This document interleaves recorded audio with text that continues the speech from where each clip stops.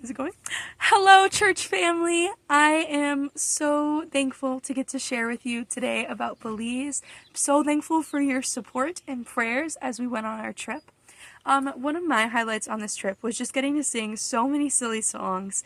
If you remember the Silly Songs with Sophie era during COVID, it was like that part 2, but in Belize.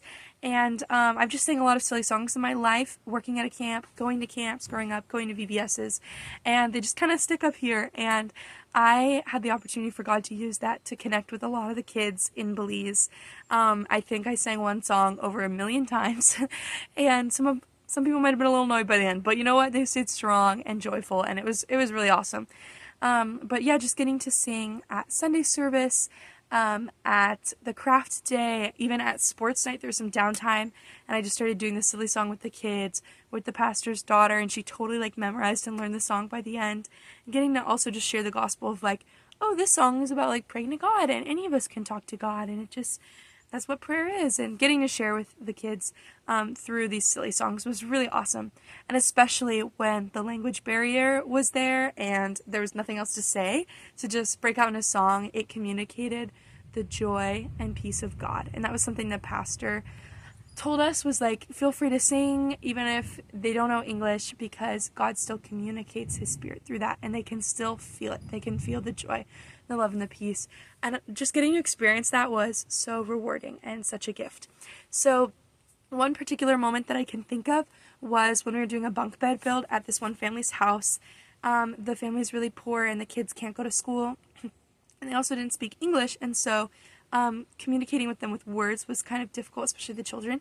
But I had this one moment where I had an opportunity to scoop up this little girl, Lucretia, and just hold her, and her little sister came up next to me, and so I kind of put my arm around her, and I just started singing to them. I started singing all kinds of songs about the Lord. Some were silly, some were just more sweet, or Amazing Grace, and members of our team would pipe in when they knew the song, and it was just beautiful. It felt like such a moment of working together and of the joy of the Lord carrying all of us. And the kids just loved it. And even just picking her up was she broke into a grin. And so I think it was just so cool. Without words and conversation, I was able to share the love of Jesus through singing and through holding and hugging and holding these children.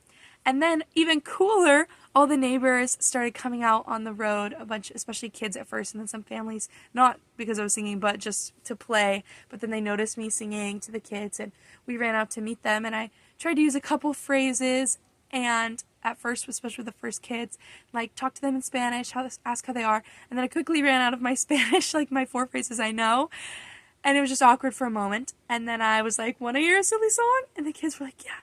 So I started singing the same silly songs again, and they just loved it. They would try and sing or dance along with the movements, and more kids just started coming out, and some families, and it was just so beautiful and so rewarding.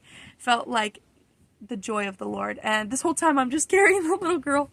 And then the family that we were building a bunk bed for, when we finished the bunk bed, they wanted to play their music for us in turn.